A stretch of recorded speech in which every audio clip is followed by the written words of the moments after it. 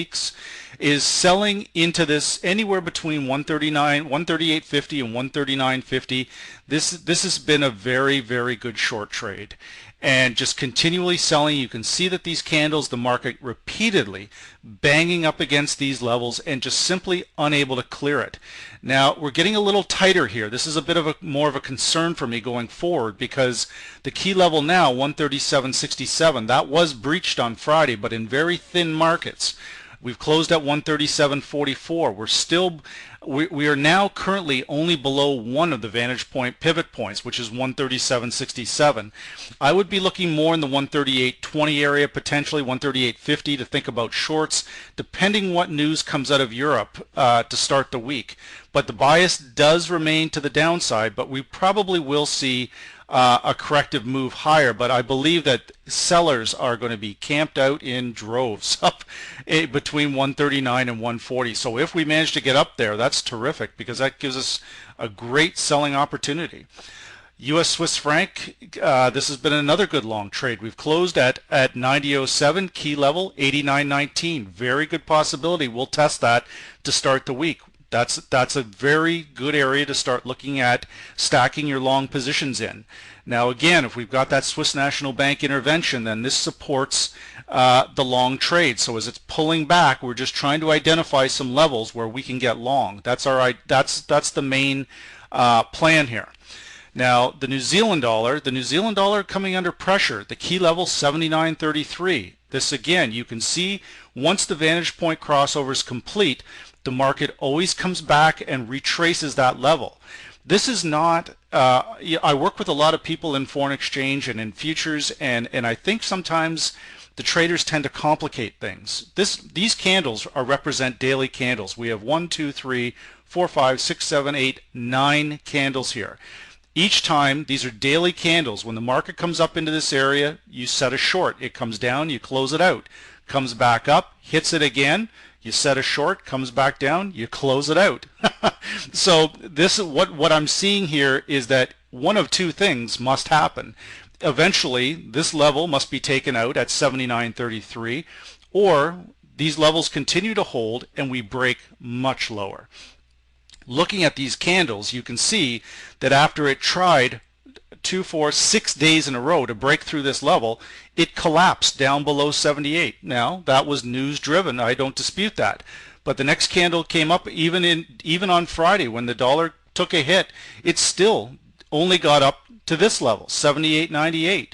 So again, and selling off. So for now, on the New Zealand US pair, bias must be tipped to the downside again because of the scenario we're seeing. This is a risk on, risk off currency. So unfortunately, guys, we are at the mercy of the market with this silly risk-based trade. But like I said, the only clear advice that I can give in this particular situation is that we are at the beginning of a potential financial crisis, not at the end. So if we're at the beginning of that, then obviously this is a scenario where, just like the chart shows, we sell into strength. And again, simplifying this, breaking this down, there's no trend lines drawn here, there's no Fibonacci levels drawn in here, 38% of this move. It's simplified. You're identifying a significant area of resistance and you're selling into it, keeping things very uncomplicated and simple. Okay, so I know that sometimes that's not as easy as what it sounds, but it can be exactly that at certain times. And the market, particularly the Forex market, can be very, very repetitive. Now, looking at the US Canadian pair, obviously getting a boost, even though we've had crude oil screaming up to the $98 level. The US CAD is not screaming back to parity, is it? And it's basically hanging in there. It's hanging in there very strong. And the bottom line is the unemployment reports out of Canada. Canada is likely going into a recession just like everybody else. Canada relies very heavily on its U.S. counterpart for trading purposes and things of that nature. So if the U.S. is basically going down, they're taking Canada with it. I'm sorry, that's just the likely outcome.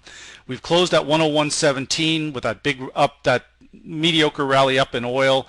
But again, thin markets in oil pushing it higher, and the CAD didn't really respond that well to it. So this is obviously going to put some downward pressure on the US-Canadian pair, but I question to the extent what that will be. And right now, as long as we're above, you can see that we have some very significant support, what I believe will be a bottom down here in this 99 level.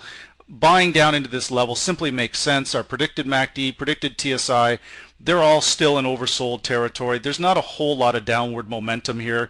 So my view is we continue to play the long side of this particular trade.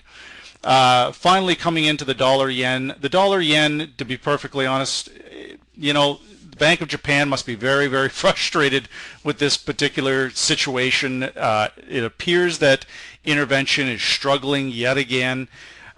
So it's a very difficult one to call, is all I can say. And for now, we're looking, everybody is watching for from Japan intervention. I would still stay on the long side as long as we stay above that 75. If we lose 75 on dollar yen, very difficult to say where it goes from there. And personally, in my trading career, I've never seen the 75 level, which we recently saw just a month ago.